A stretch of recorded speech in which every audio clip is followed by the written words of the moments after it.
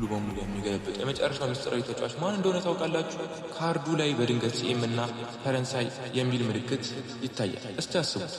በአሁኑ ሰዓት በፈረንሳይ ብሔራዊ ቡድን ውስጥ ይህን ያህል ሃይፕ ሊፈጥር የሚችል ሌጀንደሪ ማለት ፖል ፖግባ። አዎ ልክ ነው፣ ሰምታችኋል። እሱም ማንም ሳይሆን የአማካይ ክፍሉ እውነተኛ ተጫዋች ፖል ፖግባ ነው። ይህ በ2018 የዓለም ዋንጫ ላይ ፈረንሳይን ተሸክሞ ሻምፒዮን ያደረገበት የአስደናቂና የማይደገመው የወርልድ ካፕ ዊኒንግ ማስተርፒስ ካርድ ነው።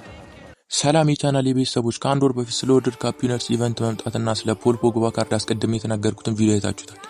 ይኸው ልክ እንደተናገርኩት ኢቨንቱ አሁን በይፋ መጥቷል። ብዙዎቻችሁ መረጃው አስቀድሞ በእጅ ካለ ለምን ቀድመ ቪዲዮ አልሰራህም ብላችሁ ልትጠይቁ ትችላላችሁ።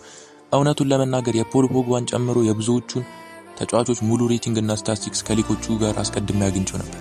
ነገር ግን በዛ ሰዓት ቪዲዮ ሳልሰራ የዘገየሁበት አንድ ትልቅ ምክንያት አለ። የካርዶቹን ዝርዝር ስመለከት 4 ዋና ካርዶች ይጎሉ ነበር እና ኤፍቲጂ እንዴት የጎደለ መረጃ ይለቃል ብዬ በጣም ተጠራጥሬ ነበር። ያልተሟላ ወይም የተሳሳተ መረጃ ለእናንተ መስጠት ስላልፈለግኩኝ መቄዝም ነው። ቆየት ብዬ ግን ነገሩን በጥልቀት ስመረምረው አንድ ነገር ገባኝ። የመጡት ካርዶች በሙሉ የቀደመውን የዓለም ዋንጫና የአሁኑ የዓለም ዋንጫ አሸናፊ ሲሆኑ እነዚህ የጎደሉት 4 ካርዶች ደግሞ ላሚን ያማል፣ ሮድሪ፣ ፓው ኩባርሲ እና ማርኮ ኩኩሬላ ነበሩ። እነዚህ 4 ተጫዋቾች በአሁኑ የዓለም ዋንጫ ላይ የተዘጋጁ ካርዶች ሲሆኑ ኤፍቲጂ ለብቻቸው አሸናፊ እስኪታወቅ ድረስ ነበር ያቆያቸው። አሁን ሙሉ መረጃውና 4ቱም ካርዶች በይፋ ስለተሟሉ እያንዳንዱን ሬቲንግ እና ስታቲስቲክስ ጥቅምና ጉዳት አንድ በአንድ እናያለን ማለት ነው። የላሚን ያማል አዲስ የ80 በጣም የሚገርም ያማልን አደንቀዋለሁ። በባርሴሎና ቤት የሚያሳየው ጥበብና ድንቅ ችሎታው ለወደፊቱ ትልቅ ኮከብ መሆኑን ምስክር አያስፈልገንም። ነገር ግን ኤፍቲጂ ለዚህ ዓለም ዋንጫ ስፔሻል ካርድ የሰጠው 87 ኦቨርኦል ሬቲንግ በእውነት ይገባዋል ብላችሁ ታስባላችሁ? እኔ እውነቱን ለመናገር በጣም የሚገርም። ምክንያቱም በዓለም ዋንጫ ላይ ያሳየው አጠቃላይ ፐርፎርማንስ እና ለቡድን ያደረገው ኮንትሪቢዩሽን እንደ ባርሴሎናው ጨዋታ አይደለም። በጥቂት አሲስቶችና እንቅስቃሴዎች ካልሆነ በቀር ለስፔን ብሔራዊ ቡድን ያን ያህል ግዙፍ ተጽዕኖ አልፈጠረም። ወደ ሮድሪ ብንመጣ እንኳን ሮድሪ በመሃል ሜዳ ላይ የሚያሳየው የማይናወጥ ጥንካሬና ቋሚ ብቃት ኤፍቲጂ 88 ቢሰጡት እንኳን ምንም አይገርመኝም። ያማል ላይ ግን ኤፍቲጂ ሜዳ ላይ የታየውን ፐርፎርማንስ ብቻ ሳይሆን የልጁን ታዋቂነትም አስቦ ነው 87 የሰጡት የሚያስብል። የካርዱን ስታትስ ስንመለከት ደግሞ ቦል ኮንትሮል 96፣ ፓሲንጉ 91 ተሰጥቶታል። ይህም ኳስ መቆጣጠርና ማሰራጨት ላይ አሪፍ ያደርጓል። አክሰለሬሽኑ 93፣ ሹቲንጉ 89 ሲሆን ደግሞ በፍጥነት ከክንፍ ተነስቶ ወደ ውስጥ እያጠፈ ለመግባት በጣም እንዲመች ያደርጉ። ብቸኛው ድክመቱ ስትሬንግዝ 66 መሆኑ ብቻ ነው። ይህም በፊዚካል ጨዋታ ላይ ትንሽ ደካማ ያደርጓል። በአጠቃላይ ግን በራይት ዊንገር ቦታ ላይ ማክስ አድርጎ ለመጠቀም በጣም የሚመች ካርድ ነው። እና እናንተስ በያማል 87 ሬቲንግ ካርድ ላይ ምን ታስባላችሁ? ኤፍቲጂዎች ኦቨርሬት አድርገውታል ወይስ በእውነት ይገባዋል? ሀሳባችሁን እስቲ ኮመንት ላይ ጻፉልኝ። አሁን ደግሞ ወደዚህ ዓለም ዋንጫ አሸናፊ የሮድሪ ስፔሻል ካርድ ስንመጣ እውነቱን ለመናገር ይህ ካርድ ፍጹም የሚገባውና የሚደንቅ ዝግጅት የተደረገለት ነው። ሮድሪ በውድድሩ ዘመን ያሳየው አስደናቂ ብቃትና የሜዳ ላይ መረጋጋት በእውነት ግዙፍ ነበር። ምንም እንኳን በጉዳት ምክንያት የተወሰነ ጊዜ ማሳለፍ ይኖርበትም በሜዳ ላይ በነበረበት ሰዓት ሁሉ የማንቸስተር ሲቲንና የስፔን ብሔራዊ ቡድን የማዕዘን ድንጋይ ሆኖ ማሳለፉን እናስታውሳለን። የዚህ ካርድ 87 ኦቨርኦል ሬቲንግ ማግኘቱ በእርግጠኝነት የልፋቱ ውጤት ነው። የካርዱን ዝርዝር ስታቲስቲክስ ስንመለከት ደግሞ ስታሚናው 88፣ ስትሬንግዙ 89፣ በመሃል ሜዳ ላይ ከማንኛውም ተጫዋች ጋር ተጋፍቶ ኳስ ለመንጠቅ ፍጹም አሪፍ ተጫዋች ያደርጉታል። ከዚህ በላይ ደግሞ የካርዱ ቦል ኮንትሮል 92፣ ፓሲንጉ 92 በመሆናቸው ማዕከላዊ ሜዳ ሙሉ በሙሉ በቁጥጥሩ ስራ አድርጎ ኳሶችን በአግባቡ እንዲያከፋፍል ያስችላል። የታክሊንግ አቅሙ ደግሞ 90 መድረሱ የተቃራኒ ቡድን ጥቃቶችን በሰዓቱ እያከሸፈ ቡድኑን እንዲመራ ትልቅ ሚና ይሰጧል። በተጨማሪም 75 ስፒድ እና 70 አክሰለሬሽን እንዲሁም 73 ሹቲንግ በመያዙ እንደ ዲፌንሲቭ ሚድፊልደር ተጫዋች ሲታይ እጅግ አስደናቂ ሚዛናዊነትን ይሰጣል። ከፍታው ደግሞ 1.88 ስለሆነ ቀኝ እግሩን በአግባቡ መጠቀም መቻሉ ደግሞ ከሌሎቹ ልዩ ያደርገዋል። እና ጋይሶች ይህ የዓለም ዋንጫ ዊነር የሮድሪ ካርድ ከጉዳት መልስ ለሰጠው ድንቅ ብቃት የተሰጠውን ይህንን ግዙፍ ሬቲንግ እንዴት አገኛችሁ? ሀሳባችሁን አሁንም ኮመንት ላይ አስቀምጡ። አሁን ደግሞ ከወራት በፊት አስቀድመን እንዳልነው የፖል ፖግባ 2018 ካርድ በድምቀት መጥቷል። ይህ የ86 ኦቨርኦል ሬቲንግ ያለው የፈረንሳይ ሜዳ ላይ ያለው አቅም በእውነት የሚደንቅ በተለይ በ2018 የዓለም ዋንጫ ላይ ከኪሊያን ኤምባፔ ጋር የነበረው አስደናቂ ሊንክአፕ የማይረሳ ነበር። እንደ ኤምባፔ ገለጻ በወቅቱ ፖግባ ትክክለኛውን ሰዓት ጠብቆ አስደናቂ ሎንግ ፓሶችን ያቀበለው ነበር። ራሱ ኤምባፔ ያለበት ቦታ ጋር ኳሱ ስለሚደርስ ኤምባፔ ራሱ ፖግባ ላይ ሙሉ እምነት በመጣል በነጻነት ይሮጥ ነበር። አሁን ባለው የፈረንሳይ ብሔራዊ ቡድን መሃል ላይ ግን ትንሽ ክፍተቶች እንደሚታዩ ስናይ ልክ እንደ ፖል ፖግባ አይነት ተጫዋች ቢኖር ኖሮ ቡድኑ ጨዋታዎችን ያለ ማንገራገር የመቆጣጠርና የማሸነፍ እድሉ ከፍተኛ ነበር። የዚህ ግዙፍ ሴንትራል ሚድፊልደር ካርድ ዋና ስታቲስቲክስ ስንመለከት 92 ፓሲንግ፣ 92 ቦል ኮንትሮል መያዙ መሃል ሜዳውን ሙሉ በሙሉ በቁጥጥሩ ስር አውሎ ኳሶችን ያለ ስህተት እንዲያከፋፍል ያደርገዋል። በተጨማሪም 89 ስትሬንግዝ እና ሜትር ከ91 ግዙፍ ከፍታው ከማንኛውም ተጋጣሚ ጋር ተጋፍቶ ኳስን ለመንጠቅ አሪፍ ተጫዋች ያደርገዋል። በሁለቱም እግሮቹ አገልግሎት መስጠት መቻሉ ደግሞ ካርዱን ከየትኛውም አቅጣጫ ልዩ ያደርገዋል። እና ጋይሶች ይህ የፖል ፖግባ 2018 ካርድ ከኤምባፔ ጋር የነበረው ኬሚስትሪ ምን ያህል ግሩም እንደነበር ታስታውሳላችሁ። እስቲ አሁን ደግሞ ወደ ግብ ጠባቂው ምርጥ ስፔሻል ካርድ እንምጣ። የዲቡ ማርቲኔዝ የ2022 የዓለም ዋንጫ ዊነር ካርድ።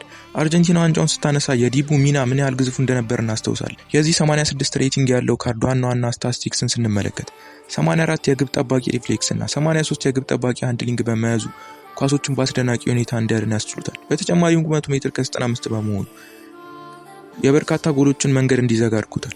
እና ጋይዞች የዲቡ ማርቲኔዝ የ22 ካርድ በግቡ መስመር ላይ ያለውን ጥንካሬ እንዴት ታዩታላችሁ? ሀሳባችሁን ኮሜንት ላይ አጋሩ። ከአርጀንቲና ሳንወጣ ደግሞ የኢንዞ ፈርናንዴዝ የ2022 የዓለም ዋንጫ ስፔሻል ካርድ። የዚህ 85 ሬቲንግ ያለው ካርድ ዋና ስታቲስቲክሶችን ስንመለከት 93 ፓሲንግ እና 90 ቦል ኮንትሮል፣ በመሃል ሜዳ ላይ ኳሶች በአግባብ የማከፋፈል አቅሙ እጅግ አስደናቂ ነው።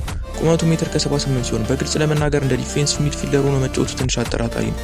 ከሱ ይልቅ ሮድሪጎ ዲፖል ቢጫወት ኖሮ ሚዛኑን የጠበቀና አሪፍ ሊሆን ይችል ነበር። ልክ በቼልሲ ቤት እንደሚጫወተው አይነት ሚድፊልድ ሆኖ ቢጠቀምበት የተሻለ ነበር። እና ጋይዞች የኢንዞ ፈርናንዴዝ ያንን ካርድ እና የሜዳውን ሚና እንዴት ታዩታላችሁ? ሀሳባችሁን አሁንም ኮሜንት ላይ አጋሩ። አሁን ደግሞ ወደ ግራ መስመር ተከላካዩ ማርኮ ኩኩሬላ እንምጣ።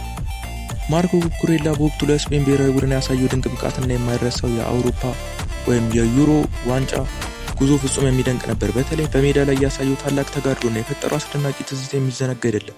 የዚህ 85 ሬቲንግ ያለው የግራ ተከላካይ ካርድ ዋና ስታቲስቲክሶችን ስንመለከት 87 ፓሲንግ እና 89 ታክሊንግ በመያዙ በግራ መስመር በኩል የሚመጡ ጥቃቶችን እያከሸፈ ኳሶችን በአግባቡ የማቀበል አቅሙ እጅግ ከፍተኛ ነው። በተጨማሪም 92 ስታሚና እና 85 አክሰለሬሽን ስላለው ሙሉ ጨዋታውን በከፍተኛ ፍጥነትና ብቃት እንዲቀሳቀስ አድርጉታል። ቁመቱ ሜትር ከ74 ሴንቲሜትር ነው። እና የኩኩሬላን ይህንን ካርድ እና የዚህን ዓመት ድንቅ ብቃት እንዴት ታዩታላችሁ? ሀሳባችሁን አሁንም ኮሜንት ላይ ንገሩ። እሺ አሁንም ደግሞ ከስፔን ሳንወጣ ወደ ስፔናዊ ተከላካይ ፓው ኩባርሲ የ26 ስፔሻል ካርድ እንምጣ። በዚህ ዓመት ባሳየው ድንቅ ብቃትና በሜዳ ላይ ባስመዘገበው የማይረሳ ገጠመኝ በእውነት ትኩረት ስቧል። በተለይ ከኢንዞ ፈርናንዴዝ ጋር የተፈጠረውና ብዙ መነጋገር የነበረው አከራካሪ ፋውል በወቅቱ የነበረውን ከፍተኛ ፉክክር የሚመጥን ነበር። የዚህ 85 ሬቲንግ ያለው የሴንተር ባክ ዋና ስታቲስቲክሶችን ስንመለከት 94 ታክሊንግ እና 89 ስትሪንግዝ በመያዙ የተቃራኒ ቡድን አጥቂዎችን በማቆም እና በአካል ብቃት በመግፋት ረገድ እጅግ አስደናቂ ያደርጉታል። በተጨማሪም 84 ፓሲንግ እና 84 ቦል ኮንትሮል ስላለው ከመስመር ጀምሮ ኳሶችን ያለ ስህተት የማቀበል ልዩ ችሎታ አለው። ቁመቱ ሜትር ከ83 ነው። እና የኩባርሲን ይህንን ካርድ ከኢንዞ ጋር የነበረውን ያንን አነጋጋሪ ቅጽበት እንዴት ታዩታላችሁ? ወደ ቀኝ መስመር ተከላካዩ ቤንጃሚን ፓቫርድ የ2018 ስፔሻል ካርድ እንምጣ። በ2018 የዓለም ዋንጫ ላይ ፈረንሳይ ዋንጫውን ስታነሳ የፓቫርድ ሚና ግዙፍ ነበር። በተለይ ከአርጀንቲና ጋር በነበረው የማይረሳ ጨዋታ ላይ በእግሩም የቮሊ አጨራረስ ያስቆጠረው አስደናቂ ጎል እስከዛሬ ድረስ በታሪክ ተዘክሮ የሚኖር። የዚህ 84 ሬቲንግ ያለው የቀኝ መስመር ተከላካይ ዋና ስታቲስቲክሶችን ስንመለከት 85 ታክሊንግ በመያዙ የሜዳውን ቀኝ መስመር በመጠበቅና ጥቃቶችን በማክሸፍ ረገድ ከፍተኛ ብቃት አለው። በተጨማሪ 83 ስታሚና እና 81 ስፒድ ስላለው በስተቀኝ መስመር ተመልሶ ለመጫወት የሚያስችል ፍጹም ሚዛን አለው። ቁመቱ ሜትር ከ86 ነው። እና ጋይሶች የፓቫርድን ያንን ካርድ እና ያንን ድንቅ የቮሊ ጎል እንዴት ታስታውሱታላችሁ? እሺ አሁን ደግሞ የዚህን የዓለም ዋንጫ አሸናፊዎች ስፔሻል ኢቨንት አጠቃላይ ገጽታና ማጠቃለያ እንመልከት። እውነቱን ለመናገር ሶሻል ሚዲያ ላይ ፊፋ ረድቷታል የሚሉ የተለያዩ ኮንስፓይሬሲ ቲዎሪዎችና አወዛጋቢ ንግግሮች በአብዛኛው የሚነሱት በአርጀንቲና ዙሪያ ነው። ምንም እንኳን አንዳንድ የጨዋታ ሂደት ከባድና አሰልቺ ሊመስል ቢችልም እነዚህ የነገርኳችሁ የፖል ፖግባ፣ ዲቡ ማርቲኔዝ፣ ኢንዞ ፈርናንዴዝ፣ ማርኮ ኩኩሬላ፣ ፓው ኩባርሲ እና ቤንጃሚን ፓቫርድ፣ ሮድሪ እና ያማል ካርዶች በጨዋታ ውስጥ ያላቸው ጥቅም ግን እጅግ ግዙፍ እና ጋይዞች አጠቃላይ የዚህ የዓለም ዋንጫ አሸናፊዎች ካርዶች ስብስብ በሶሻል ሚዲያ ላይ የሚወሩትን እንዴት ታዩታላችሁ? እና ለዛሬ የነበረን ቪዲዮ ይህን ይመስል ነበር። እስቲ ያየናቸውን እነዚህ የዓለም ዋንጫ አሸናፊዎች ስፔሻል ካርዶችን ያነሳናቸውን አስደናቂ ነጥቦች እንዴት አገኛቸዋል? በቀጣይ ቪዲዮ እስከምንገናኝ ድረስ ሰላም ሁኑልኝ። ቻው።